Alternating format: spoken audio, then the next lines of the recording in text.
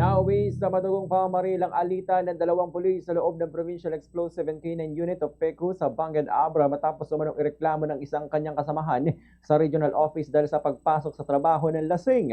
Sa panayam ng Bomb Radyo Kawayan kay Police Major Connie Balido ng Abra Police Provincial Office, sinabi niyang ang suspect na isang police lieutenant ay pinaghihinala ang nagtanim ng galit sa biktima na isang police staff sergeant matapos umano siyang isumbong sa regional authorities dahil sa pagpasok sa trabaho habang lasing. Ayon kay Balido, itong ang naging ugat ng mainitang pagtatalo sa pagitan ng dalawa na umantong sa pamamaril sa loob mismo ng kanilang opisina noong November 10, 2025. Batay sa investigasyon, nagsisipilyo umano ng ngipin ng staff sergeant na bigla siyang barilin ng police lieutenant ng 4 na beses.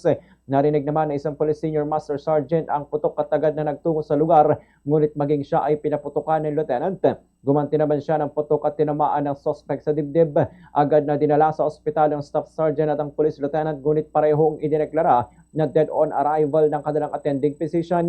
Samantalang senior master sergeant naman na bumaril sa suspect ay kusang sumuko sa mga otoridad matapos ang insidente.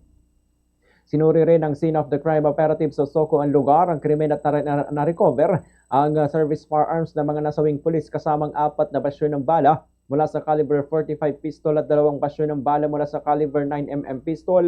Sa kasalukuyan, ang Senior Master Sergeant ay nasa kustodiya na ng Bangan Police Station habang isinasagawa ang malalimang investigasyon upang matukoy ang iba pang detalye at tunay na motibo ng insidente. Ayon sa Philippine National Police o PNP, maharap sa kasong homicide ang suspect habang nagpapatuloy ang pagsisiyasat.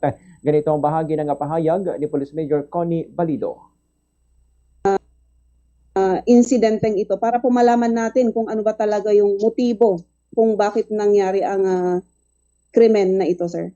Kasi yan po ang unang lumalabas na rason. Pero yun nga po ang sabi ko kanina na kasi matagal na po yung pangyayaring may alitan itong dalawa. Naging okay naman sila kasi magkaopisinahan po sila.